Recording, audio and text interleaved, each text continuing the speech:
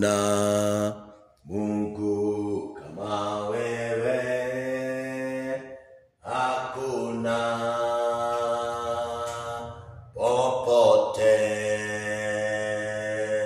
hakuna Mungu kama wewe, hakuna popote, hakuna mwenye ishara kubwa kama wewe Mungu, hakuna mwenye ishara kubwa kama wewe Mungu, si kwa majeshi wala silaha, ni kwa Roho Mtakatifu, nazo nguvu za giza zimeshindwa kwa jina la Bwana Yesu. Nguvu za giza zimeshindwa kwa jina la Bwana Yesu. Baba, katika jina la Yesu Kristo, ninakuinua kwa sababu ya jioni ya siku ya leo. Ninakuabudu kwa sababu ya nafasi hii umenipa katika ushirika wa siku ya leo, katika jina la Yesu Kristo. Ninakushukuru Baba, ninakuinamia. Pokea sifa kwa sababu ya wema wako, fadhili zako, upendo wako, rehema zako, katika jina la Yesu. Ninakuita Bwana, tunapoenda kusikiza neno lako la siku ya leo Jehova, naomba ukatubariki, naomba ukatunene, naomba ukatuinue, naomba ukatutembelee kwa jina lako. Macho yetu na masikio yetu yakafunguke kwako Jehova. Baba wetu, ukaweze kutunenea katika jina lako. Ninakuomba ukaweze kunitumia kama chombo chako, ili Baba nikaweze kuwa baraka kwa watu wako kupitia neno lako, katika jina la Yesu Kristo. Napagua mipango ya shetani jioni ya siku ya leo Jehova, na kudeclare more blessing kwa watu wako Mfalme, katika jina la Yesu. Naomba breakthrough katika ushirika huu kwa jina lako Mfalme mwema. Ninakushukuru kwa sababu ya wote wanaotutazama wakiwa nchi ya Kenya, wakiwa katika maeneo ya Gikambura, Bwana uliye mtakatifu, hata nje ya taifa la Kenya. Baba, ninakuomba ukawabariki kwa sababu wametake time Jehova ya kusikiza neno lako. Wabariki na uwatende mema Bwana, katika jina la Kristo Yesu. Ninakushukuru na ninakuinua kwa sababu wewe ni Bwana, katika jina la Yesu nimeomba na hata kuamini. Amen. Bwana Yesu asifiwe.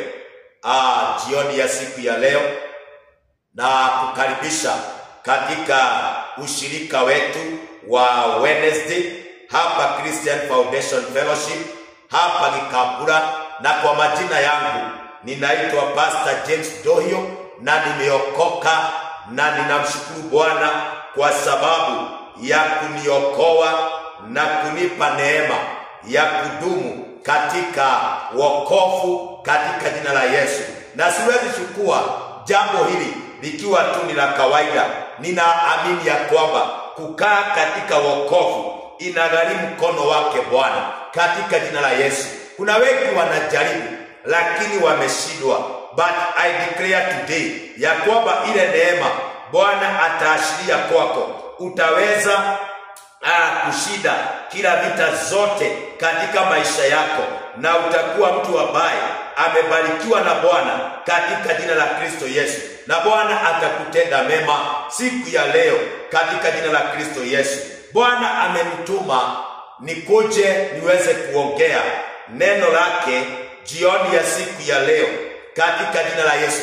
Na ninajua ya kwamba unatutazama aidha ukiwa maeneo ya Gikambura, Vogoto ama Kihuguro ama area zote za Kiambu County na pengine uko nchi yetu ya Kenya, na pengine nje ya taifa la Kenya, ninakukaribisha.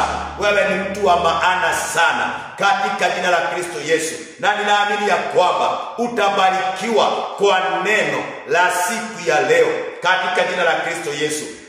Jioni ya leo katika ushirika wetu, Bwana ananisaidia niweze kuongea ujumbe unasema ya kwamba the power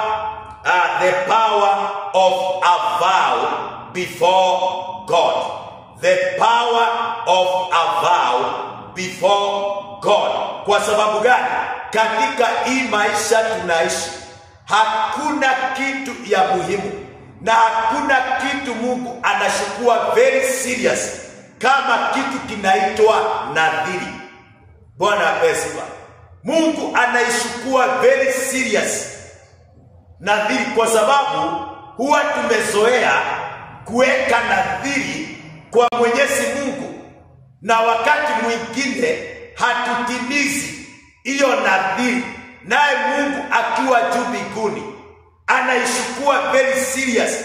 Vile uliongea, vile ulitamka na kinywa chako wakati ulikuwa katika shida, kuna nadhiri uliweka mbele za Mungu, na kuambia Mungu aliichukua very serious. Na tutaona siku ya leo, Bwana asifiwe, tutaona hiyo maneno siku ya leo. Fungua nami katika kitabu cha Mhubiri ama Koherethi, Ecclesiastes 5 na mstari wake ni wa 4. Tuanze neno la Mungu mahali pale, na tutaangalia vitabu kadhaa ili tuone vile Mungu amesema habari ya nadhiri na kile kinaweza tokelezea usipotimiza ile nadhiri uliweka mbele za Bwana. Bwana wetu ndiye sana. Na maandiko inasema ya kwamba katika kitabu cha Mhubiri 5 kuanzia mstari wa 4, anasema ya kwamba wewe ukimwekea Mungu nadhiri, huyu ni Koherethi anatuambia maneno haya, wewe ukimwekea Mungu nadhiri usikawie kuiondoa. Bwana asifiwe. Biblia inatukanya ama inasema ya kwamba utakapokaa chini na uweke nadhiri kwa Mwenyezi Mungu, Biblia inatuadvise ya kwamba tusikawie kuiondoa. Bwana asifiwe. I know ya kwamba kuna watu wamekawia, waliweka nadhiri miaka 20 imepita, na wakadhani ya kwamba Mungu alisahau. Bwana asifiwe. Wacha nikuambie katika maisha haya, kama kuna mtu hawezi kusahau na jambo lolote umetamka na kinywa chako, ni Mungu mwenyewe. Lakini mwanadamu anaweza kusahau na maneno unaongea, but God hawezi kusahau. Bwana wetu pewe sifa. So maandiko inasema ya kwamba usikawie kuiondoa, kwa kuwa yeye hawi radhi na wapumbavu. Bwana asifiwe. When thou fast a vow unto God, defer not to pay it, for he hath no pressure in fools.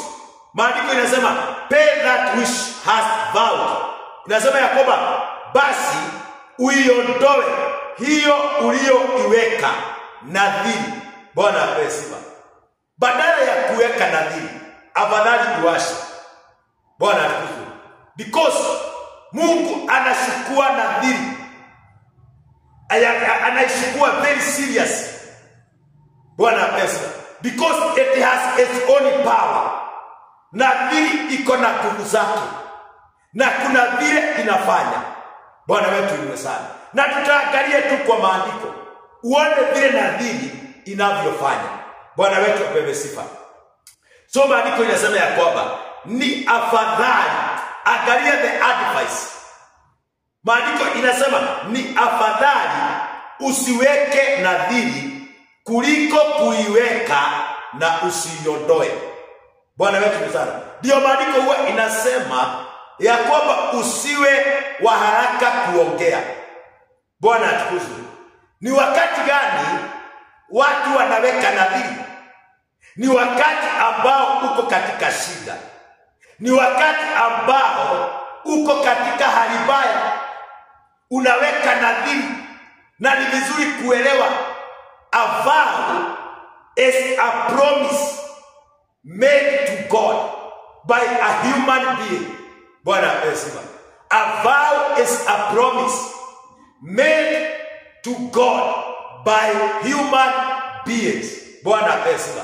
Na kwa hivyo wakati mtu ameingia katika shida, ameingia katika mateso, ameingia katika mabaya, huwa tunatamka haraka na kumwambia Bwana, Mungu, utakaponiondolea hii shida, nami nitafanya 1 2 3.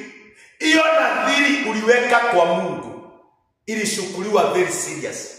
Wewe ndiye pengine haukuishukua serious, kwa sababu Mungu alikuja, kwa sababu uliweka nadhiri. Angalia, wakati uliweka nadhiri ndio Mungu alishuka. Bwana asifiwe. Ndio aweze kukuonyesha ya kwamba mimi huwa ninasikia. Bwana atukuzwe. Na ndio maandiko inasema ya kwamba hata Mungu anapo to promise mambo, anasema ni na amina, na anakuja na anaitimiza. But for human beings tunakaa bila kutimiza zile nadhiri tuliweka mbele za Bwana. That's why tuko na mashida mingi sana. Many problems in the life of people inatokana na kitu walisema kwa Mungu, ya kwamba Mungu, ukinipatia mtoto nami nitakupatia kitu fulani, nami nitafanya jambo fulani. Hiyo kitu uliweka ilikuwa ni nadhiri uliweka kwa Mungu, na Mungu aliishukua mpaka wa leo. Bwana apewe sifa. Na unaweza kujiletea shida, matatizo katika maisha yako kwa kutotimiza nadhiri uliweka mbele za Mungu. Bwana apewe sifa. Mwingine alikuwa katika maombi na akaomba kwa siku nyingi, na akamwambia Bwana, utakaponipatia kazi, nione ya kwamba ninaamka asubuhi naenda kwa kazi, nami nitakufanyia jambo fulani, nitarudi katika nyumba yako kushukuru, nitakutolea fungu la 10, nitafanya 1 2 3. Hizo nadhiri zote uliweka kwa Mungu, lakini ulisahau. Wakati ulipata kile ulikuwa unaomba, ulisahau ya kwamba kuna nadhiri, kuna maneno ulitamka na kinywa chako, na ukadhani ya kwamba imesahaulika. Ndio imesahaulika kwako, ama umeignore hiyo maneno na ukasema tu haukuelewa ukiongea, ama ukaona tu ni kawaida. Washa nikwambie, mambo mengine kuongea si kawaida. Mungu huwa anaishukua kwa umuhimu sana. Bwana wetu ni sana. Mwingine alisema ya kwamba kama vijana huwa tunawekea Mungu nadhiri wakati tunaomba Mungu atupatie ndoa. Unasema, utakaponipatia mke, utakaponipatia mume, nami Mungu sitakuacha. Hiyo ni nadhiri uliweka kwa Mungu, ati sitakuacha, but today uliacha huyo Mungu. Ama Mungu amekusaidia, umedumu katika wokovu na ndoa yako imesimama, lakini haujatimiza ile nadhiri. Nitakuonyesha inakuaga nini inapofika kwa Mungu, na usipoitimiza kuna vile Mungu anaionanga. Bwana wetu pewe sifa. So ni afadhali, hii ni maandiko inasema, ni afadhali usiweke nadhiri. Usiwe mtu wa kuongea haraka, sana sana wakati uko katika shida, wakati uko katika shimo fulani, wakati unasikia moyo wako umevunjika. Bwana wetu ni sana. Ndio maandiko inasema ya kwamba mtu mmoja katika Biblia alisema, nikusimama nitasimama mahali pangu, na ili nikaweze kujua vile nitamjibu Mwokozi wangu katika hali ya kulalamika kwangu. Kwa sababu Mungu anachukua mambo serious. Vile tunatamka, vile tunaongea, Mungu ashukuagi kama mwanadamu. Bwana wetu pewe sifa. So ni afadhali, na ninakuomba siku ya leo, kwa sababu watu wengi wako katika shida, watu wengi wako katika kilio, Watu wengi wako katika mateso. Ni afadhali usiweke nadhiri, Bwana apewe sifa, kuliko kuiweka na usiiondoe. Bwana wetu ni sana, kwa sababu itakuletea shida. Ukiona Mungu akituhimiza namna hii, anajua the power in vow. Bwana apewe sifa. Anajua the power in vow. Ndio anasema ya kwamba afadhali usiweke hiyo nadhiri. Bwana wetu ni sana. Mwingine alisema, Mungu utakaponisaidia nione nimesimamisha kanisa, nami nitakufanyia hivi na hivi. Lakini tulisahau. Bwana apesi. Ulisahau. Lakini Biblia inasema ya kwamba uliweka nadhiri, usikawie kuiondoa, kwa sababu huwa anashuka haraka. Wakati umeweka nadhiri, Mungu anashuka haraka. Bwana apesi. Anashuka haraka, kwa maana anajua ya kwamba hiyo umeweka. Haleluya. Anajua ya kwamba utatimiza, lakini ulishindwa na umekalia. Sasa mashida ndiyo haya, ni mengi sana. Ndio unaona ya kwamba unaombewa maombi, unaona kana kwamba haifanyi kazi. Mwingine aliongea akasahau na hiyo maneno. Bwana apesi. Lakini maandiko inasema afadhali usiweke nadhiri katika jina la Yesu. Bwana wetu apewe sifa. Psalm 66 inasema hivi. Psalms 66 and verse 13 inasema hivi. Naongea habari ya nguvu katika nadhiri. The power in the vow before God. Inafanywa na watu. Bwana atukuzwe. Psalm 66 inasema hivi. Ama kwanza tusome kitabu kinaitwa gani? Deuteronomy 23. Deuteronomy 23 mstari wa 21. Kwanza tuone ya kwamba hiyo nadhiri uliweka kwa Mungu, umekawia kuiondoa, Mungu anaionaga ikiwa nini. Bwana apesi. Anaionaga ikiwa nini. Maandiko inasema verse 21. Kumbukumbu la Torati. Deuteronomy 23 verse 21 inasema, utakapoweka nadhiri kwa Bwana Mungu wako, usiwe mlegevu katika kuiondoa. Bwana apesi. Sasa ile roho imetushika ni roho ya ulegevu, roho ya uzembe. Bwana atukuzwe. Tumekawia kuondoa hii nadhiri tuliweka mbele za Bwana. Lakini maandiko inasema namna gani? Kwa kuwa Bwana Mungu wako hataasha kuitaka kwako. So Mungu anadai hiyo nadhiri uliweka kwake.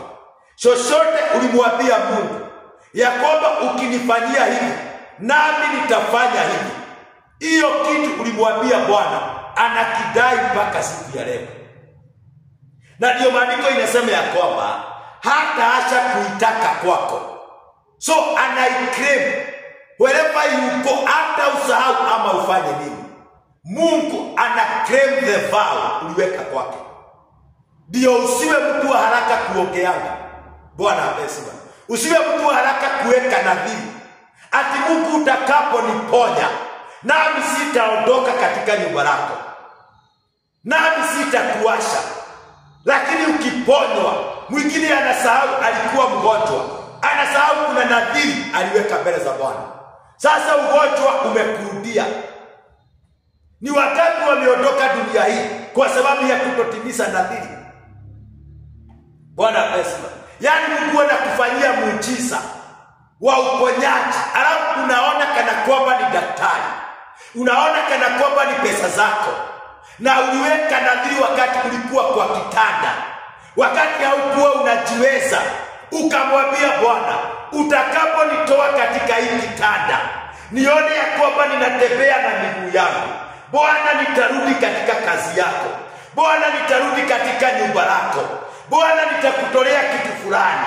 lakini wakati ulipona ukasikia kwamba uko na nguvu, ukasahau kuna nadhiri uliweka wakati ulikuwa kwa kitanda cha hospitali ama kwako kwa nyumba, wakati ulikuwa mgonjwa. Bwana pesa. Sasa wewe usahau, lakini maandiko inasema Mungu hataasha kuitaka. So uende wapi ufanye nini, bado Mungu ana claim that vow.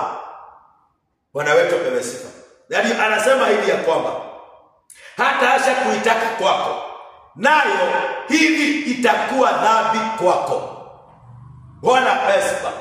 So ni kusema ya kwamba tukikawia kuondoa nadhiri ama kutimiza nadhiri, so inakuwaga dhambi kwetu, tunahesabiwa kama wenye dhambi wale wengine. Bwana wetu pewe sifa. Imagine ukihesabiwa na mwenye dhambi ambaye ako duniani anafanya mambo vile anataka, anakuwa mlevi, anakuwa msherati, anakuwa mtukanaji, anakuwa mtu wa matusi, nawe umeokoka. Lakini kuna nadhiri uliweka mbele za Mungu ukasahau kuitimiza. Bwana anaiona ikiwa dhambi kwako. Bwana pesa. So hili jambo moja linaweza kukuzuilia hata kuingia katika ufalme wa Mungu. Bwana pesa. Ni mambo mengi sana inazuilia watu kuingia katika ufalme wa Mungu. Haleluya. Na kwa hivyo ukitamka neno kwa Mungu, Bwana pesa, angalia, hata ukiambia mtu ya kwamba nitakufanyia kitu fulani, huyo mtu anakudai kila wakati, anakukumbusha kila wakati. Naye Mungu je, akiwa mbinguni anajua mtoto wangu aliniahidi, aliweka nadhiri kwangu, amekawia kuiondoa, nami naiona ikiwa dhambi. Until the day utatimiza hiyo nadhiri. Bwana pesa. Ndio Mungu ataasha kuona ya kwamba hiyo ni dhambi. Ndio Mungu ataasha kuitaka kutoka kwako. Bwana pesa. So anasema ya kwamba nayo hivi itakuwa dhambi kwako, lakini ukijizuia usiweke nadhiri. Angalia vizuri, Mungu hataki mambo itakuletea shida katika maisha yako. Ndio anasema ya kwamba ukijizuia usiweke nadhiri, haitakuwa dhambi kwako. So dhambi zingine ama mambo mengine tunajiletea sisi wenyewe kwa sababu ya kuongea kwa haraka. Hatuelewi ya kwamba mambo mengine Mungu anachukua very serious. Bwana wetu apewe sifa. So anasema ya kwamba ni vizuri jizuie, hasa ukiwa katika shida, wakati unalia, wakati unateseka. Hapo ndipo watu wanaweka nadhiri sana. Lakini kubali kuzuia kinywa chako ama ulimi wako ama mawazo yako ama ndani ya moyo wako, uzuie kuweka nadhiri kwa Mungu, kwa sababu itafika mahali Mungu atende muujiza utoke kwa hiyo shida na usahau kuna jambo ulisema mbele za Mungu. Sasa Mungu anakuhesabia ukiwa mwenye dhambi. Bwana pesa. Naongea na wale watu wote waliweka nadhiri mbele za Mungu. Umekaa miaka 15, mwingine amekaa miaka 30, mwingine miaka 5, mwingine amekaa mwaka moja ama miezi. That duration, imagine hautatimiza ile nadhiri, wewe ni mwenye dhambi. Hiyo ni dhambi mbele za Mungu. Dhambi sio tu kuwa msherati, dhambi sio tu kuwa mwizi, dhambi sio tu kuwa mtu wa matusi ama mtu wa vita. Dhambi ni nyingi sana sana sana kwa Wakristo wale ambao tunasema ya kwamba tumeokoka. Mungu anatuangalia sana. Bwana atukuzwe. Na ndio anasema katika Mitume 17 ya kwamba wakati haukuwa unajua sikukuuliza, lakini sasa umejua na umeelewa, tutembee pamoja na wewe. Bwana atukuzwe. Angalia, umeokoka. Kuna mwingine hata aliweka nadhiri akimwambia Bwana, ukiniokoa nitafanya hivi. Hiyo yote Mungu Mungu kama haujatimiza, anaona ikiwa dhambi. Bwana pesa. Je, ni wenye dhambi wangapi walio ndani kanisani? Na ndio Yohana inasema, kitabu cha Yohana inasema ya kwamba tukisema hatuna dhambi, twajidanganya katika nafsi zetu, na ukweli wa Mungu haumo ndani yetu. Ni dhambi kama hizi. Unaweza kuwa kanisani umekaa sana na unahubiri, na unasema ya kwamba mimi si mwenye dhambi, na unaona wengine wakiwa wenye dhambi, ili hali wewe kuna nadhiri uliweka mbele za Mungu, na unakaa tu hapa na hypocrite. Bwana pesa. Alafu unahesabia wale wengine tu ni wenye dhambi, na wewe hauwezi kujiona. Ndio maandiko inasema kabla hujatoa. Bwana pesa. Kibanzi iliyo ndani ya mtu mwingine, kwanza jiangalie wewe mwenyewe. Kwa sababu dhambi ni nyingi zimefichwa ndani, na mtu pengine haelewi. Na ndiposa Mungu amenituma nikukumbushe ya kwamba hiyo nadhiri uliweka mbele za Mungu, tafadhali ninakuomba itimize. Kwa sababu usipoitimiza, Bwana anaiona ikiwa dhambi, na hautakubaliwa kuingia mbinguni. Kwa maana ni maandiko imesema ya kwamba nayo hili itakuwa dhambi kwako, lakini ukijizuia usiweke nadhiri, haitakuwa dhambi kwako. Yaliyotoka midomoni mwako yashike kuyafanya. Jambo lolote linatoka kwa kinywa chako, ushike sana kuifanya. God is very serious. Na vile tunaongea, our God is not like a man. Anatake mambo very serious. Ndio alisema usiwe mtu haraka kuongea ama kuwa haraka kujibu. Bwana apesiba. Kuyafanya kwa mfano wa ulivyomwekea nadhiri Bwana Mungu wako ni sadaka ya hiari ulioahidi. Imagine Mungu hata anaiita ati ni sadaka ulimwahidi. It is like a sacrifice uliahidi Bwana. Maandiko inasema Mungu wetu hadihakimi. So Mungu anasema ya kwamba kwa mfano wa ulivyomwekea nadhiri Mungu wako, hiyo ni sadaka ya hiari ulioahidi kwa kinywa chako. Bwana apesiba. Angalia ni watu waka, yani unakuliwa na hii mambo ambaye uliahidi Mungu. Unaona biashara yako inaenda juu inaenda chini. Maisha yako haieleweki because there's a vow you made before God. Nayo hiyo Mungu anaiona ni sadaka ulimwahidi. Bwana apesiba. Na waomba katika jina la Yesu, mahali popote ulipo unanisikiza jioni ya leo, ikiwa kuna nadhiri uliweka mbele za Mungu, naomba Roho Mtakatifu aweze kukukumbusha ili usije ukahesabiwa kuwa mwenye dhambi. Na hiyo ni kitu Mungu anadai. Bwana apesiba. Naomba Mungu awakumbushe muweze kuitimiza katika jina la Yesu. Washa kukaa na sadaka ya Mungu. Wewe unasema ati Mungu alisahau. Mungu hawezi kusahau, lakini mwanadamu anaweza kusahau. But God is very faithful. Bwana atukuzwe. Hawezi kusahau. Hata uende wapi, hata ujifiche wapi, Mungu hawezi kusahau na nadhiri yake.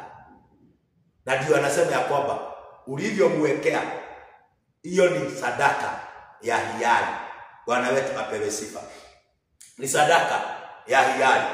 Tuangalie Daudi vile anavyosema katika Psalms, mahali pale nilikuwa nimekuambia, Psalm 66 and verse 13. Psalm 66 and verse 13 inasema hivi. Akasema ya kwamba nitaingia nyumbani mwako na kafara. Bwana akuzwe. Sasa angalia kuondoa nadhiri ambayo imekalia. Daudi anasema ya kwamba nitaingia nyumbani mwako na kafara, nitaondoa kwako nadhiri zangu. So itabidi mpendwa, wewe ambaye umesahau, wewe ambaye umekaa pale, fanya kama Daudi, chukua a sacrifice. Bwana wetu yuko sana. Inasema ya kwamba I will go in the house with a burnt offering. Take an offering. Take a sacrifice. Go in the house of God. Bwana wetu kwa sifa.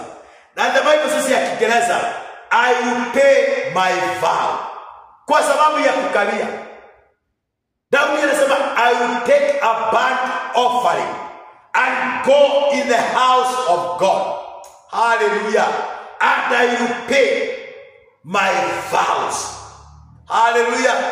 Wewe ambaye unafikiria ya kwamba vow zinaondolewa na huko nje, vow zinaondolewa katika nyumba la Mungu. Bwana asifiwe. Hiyo nadhiri uliweka mbele za Mungu, na Bwana leo anaiona ikiwa dhambi, na anaiclaim akiwa kiti chake cha mbinguni. Bwana asifiwe. Anasema ya kwamba hiyo ilikuwa sadaka ya hiari uliyoniahidi mimi nikiwa Bwana. Bwana wetu yuko sana. So fanya kama Daudi, chukua sadaka yako, take an offering, a burnt offering, go in the house of God and pay your vow. Bwana wetu pewe sifa. Na akasema ya kwamba kafara za vinono nitakutolea. Hakusema ya kwamba atachukua vitu very easy. Alisema atachukua I will offer a burnt sacrifice of fattening. Yani sacrifice nono. Usione ya kwamba ati mambo ni rahisi. Bwana wetu ni sana. Daudi anasema ya kwamba atachukua kafara vinono aende akamtolee Bwana. Lakini wewe unasema ya kwamba nitachukua kaka kitu tu niende. We, hiyo ni kudhihaki Mungu. Maandiko inasema ya kwamba ikia katika nyumba la Bwana. Bwana apewe sifa. Nitaondoa kwako nadhiri zangu ambazo midomo yangu ilizinena, kinywa changu kikazisema nilipokuwa taabuni. Mwadhani ya Rogosh. Na ndio nimesema ya wakati mtu wako katika taabu, wakati mtu wako katika shida, that is the time we make a vow before God. Bwana asifiwe. Wana wa Israeli walifundishwa na Mungu. Wakaambia kwamba wakati mlikuwa kwa shida, ukisoma hiyo maandiko yote, hiyo 66 from verse 1, utaona vile Mungu aliwaokoa, vile aliwatoa katika taabu. Ndio unaona ya kuna vow waliweka mbele za Mungu wakati walikuwa katika taabu. Ndio Daudi anasema atachukua kafara vinono aende katika nyumba la Bwana. Bwana apewe sifa. Aende katika nyumba la Bwana pamoja na fukizo la kondoo waume. Hapa anasema atatoa mpaka kondoo. Na wewe ukiambiwa kwamba utoe kondoo kwa sababu ya vow uliweka mbele za Mungu, unasema ya kwamba hii makanisa ni kuitisha. Wacha nikwambie kaa hivyo. But hiyo itakuwa ni dhambi kwako. Hiyo nadhiri usipoitimiza, Mungu ataiona ikiwa dhambi na hata asha kuitisha. Bwana pesa hata zina kuiclaim mpaka ile siku utaiondoa. Nitatoa ng'ombe pamoja na mbuzi. Hizi ndizo sacrifice. Daudi alisema ataenda katika nyumba la Bwana azitoe ili alipe ile vow. Bwana wetu ni sana. Ndio nakwambia kwamba mambo mengine Mungu anaichukua very serious, because there is power in every vow that you make before God. Take it very serious. Usione kama ni mchezo. Ukiona kitu Mungu anasema, jizuie. Usiwe wa haraka. kuweka nadhiri kwake, kwa sababu the more ama the day utaiweka hivi na ukatae kuifanya, Mungu anaiona ikiwa dhambi. Bwana wetu ni sana. So akasema nitatoa kafara vinono, nitakutolea pamoja na fukizo la kondoo waume, nitatoa ng'ombe pamoja na mbuzi. Bwana wetu ni sana. Bwana atukuzwe. Wacha nikuambie jambo moja. Ndio nilisema ya kwamba nadhiri inafanya Mungu ashuke haraka. Bwana wetu ni sana. Angalia mtu ambaye anaitwa Hana. Hana alikuwa mwombezi. Alikuwa anaenda katika nyumba la Mungu, kwa madhabahu ya Mungu, every day anamulilia Bwana. Haja yake ilikuwa ni mtoto kijana. Akaomba, akafunga, mpaka akaonekana kana kwamba ni mrefu. Akadhihakiwa, akadharauliwa na Penina, akanenwa mengi sana. Lakini wakati alikaa hivi akamwambia Bwana, utakaponipatia mtoto kijana, nami kama Hana nitamrudisha katika nyumba lako. Hiyo nadhiri aliweka. Alipotamka hiyo maneno hivyo, Mungu alishuka haraka, na kuambia nadhiri inafanya Mungu ashuke haraka katika hiyo shida. Bwana pesa. Hakuna mtu anaweka nadhiri akiwa amekaa starehe, akiwa na mali. Sana sana watu wanaweka nadhiri wakiwa katika taabu, wakiwa katika shida. Bwana wetu pewe sifa. So Hana akaweka nadhiri, na alipopewa yule mtoto alitimiza ile nadhiri, kwa maana alijua nisipotimiza hii itakuwa dhambi. Soma katika 1 Samuel 1 from verse 9. Soma habari ya Hana. Utaona ya kwamba alipopewa yule mtoto alimrudisha, alitimiza. Yule mtoto akawa mtu mkubwa. Bwana wetu ni sana. Nawe hiyo nadhiri umekaa naye miaka mingi, mpaka ile siku utaingia katika nyumba la Bwana na ulipe na utoe sadaka, hiyo ndio wakati itaondolewa. Bwana wetu pewe sifa. Angalia mtu ambaye anaitwa Jacob. Jacob alimwahidi Mungu, akamwambia utakaponikumbuka, unipatie mavazi, unipatie chakula, nami nitakapoenenda na nirudi, na chochote utakachonipa, na kuahidi nitakutolea fungu la 10. Bwana pesa. Jacob alimwahidi Bwana, aliweka nadhiri na Mungu na akatimiza. Jacob, haleluya, ndiye anaitwa Israeli. Wewe uko tu pale na umekaa tu ukasema ili kuwe ya kawaida.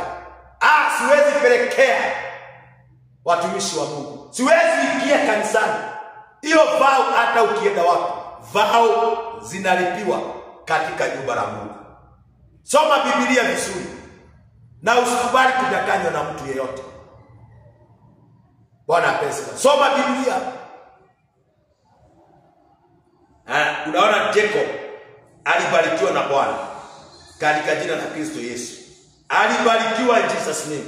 Maandiko ya mwisho, Mathayo, kitabu cha Mathayo, Mathayo 5:37. Yesu alisema namna gani? Verse 37.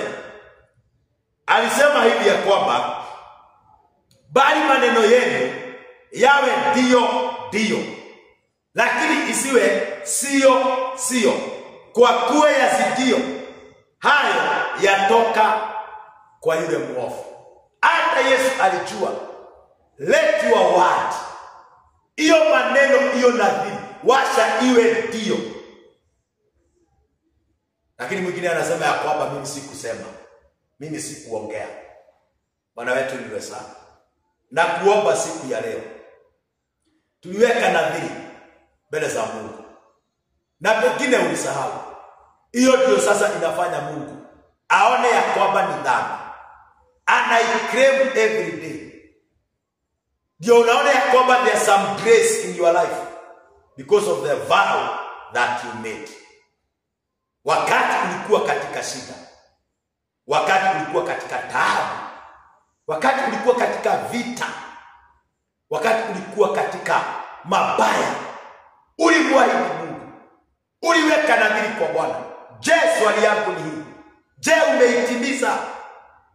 Ama ulisema tu ni kawaida kwa sababu sasa umetoka kwa hiyo shida na unasema ya kwamba wewe hauna shida tena, ukasahau hiyo kitu Mungu anaonaga ikiwa dhambi? Bwana apesi Bwana. Kwa hivyo ukisema wewe ambaye umeokoka unasema ya kwamba hauna dhambi ndani yako, angalia kama kuna nadhiri uliweka. Kuna dhambi Mungu anaona ndani yako katika jina la Yesu. Bwana apesi Bwana. Naomba Mungu akubariki, Mungu akusaidie, akuneemeshe by the grace of God, by faith. Timiza hiyo nadhiri uliweka kwa Bwana. Take a sacrifice, take a burnt offering, go in the house of God, then pay your vow. Na hiyo wakati utaona Mungu vile atashuka hapo. Utaona vile maisha yako itabadilika katika jina la Kristo Yesu. Bwana wetu pewe sifa. Na Mungu atakubariki na atakutenda mema, atazidi kukuinua katika jina la Kristo Yesu. Naomba ya kwamba kama vile nimekuandikia on your screen, wewe ambaye unatazama, unaweza vow zako pengine uendagi kanisa na umeokoka huko kwa nyumba. Tuko na watu wengi wako kwa nyumbani, wana pesa, hawaendagi kanisa. They have no covering, they have no pastor in their life, but you can connect yourself with this altar by paying your vow vile ulimwambia Mungu. You can use the number ambazo nimekuwekea hapo katika jina la Yesu, and I will pray for you. Na utaona vile Mungu atafanya katika maisha yako. Wacha kuuliza shida zingine zinatoka wapi, lakini angalia vow uliweka mbele za Bwana katika jina la Yesu. Nikuombe. Baba, katika jina la Yesu, tunanyenyekea mikononi mwako Mfalme, kwa sababu ya kutufundisha vile tuliweka nadhiri kwako na tukasahau, tukaona ni mambo ya kawaida. Kumbe inakuwaga very serious before you, my God. Naomba utusaidie, kwa maana unaiona ikiwa dhambi kwetu na unaiclaim each and every day. Help us, oh dear my Father, tuweze kutimiza hizo nadhiri. Nao pia watazamaji wangu na wote wanaonisikiza Bwana, katika jina la Yesu, Baba, ukawasaidie kutimiza nadhiri. Na wale wote wanapigana na vows in their life, naomba Bwana kwa neema yako uwasaidie kutimiza katika jina la Yesu. I pray for your people by the grace of God, by the power of God. Wasaidie Bwana. Let them connect themselves with the altar of God. Daudi akatuonyesha ya kwamba tunaingia katika nyumba lako ili tuweze kulipa nadhiri zote katika jina la Yesu. I pray for the Holy Spirit of God to intervene and to speak to your people and help them, my Father, and guide them, oh God. Bwana, waweze kutimiza nadhiri ili ukaondoe hizi dhambi, mashida katika maisha ya watu wako katika jina la Kristo Yesu. Tuliweka nadhiri wakati tulikuwa kwa shida, tuliweka nadhiri wakati tulikuwa kwa taabu, tuliweka nadhiri wakati tulikuwa katika matatizo. Bwana, sasa umetutoa katika hizo mashida na tulisahau, unaona ikiwa ni dhambi. Tusaidie na utusamehe Bwana tunapokurudia na tunapotimiza hiyo nadhiri katika jina la Yesu. Asante Mwokozi wetu, na kushukuru na ninakuinua kwa sababu umetenda. Katika jina la Kristo Yesu nimeomba na hata kuamini. Amen. Mungu akubariki na akutende mema. Unapozina kuomba Mungu akusaidie, timiza nadhiri uliweka mbele za Bwana. It is very powerful and God take it very serious. Wewe ndiye haujui, lakini kwa sababu nimekufundisha, Mungu akusaidie na akunemeshe. Muwe na wakati mwema katika jina la Yesu. Amen. God bless you.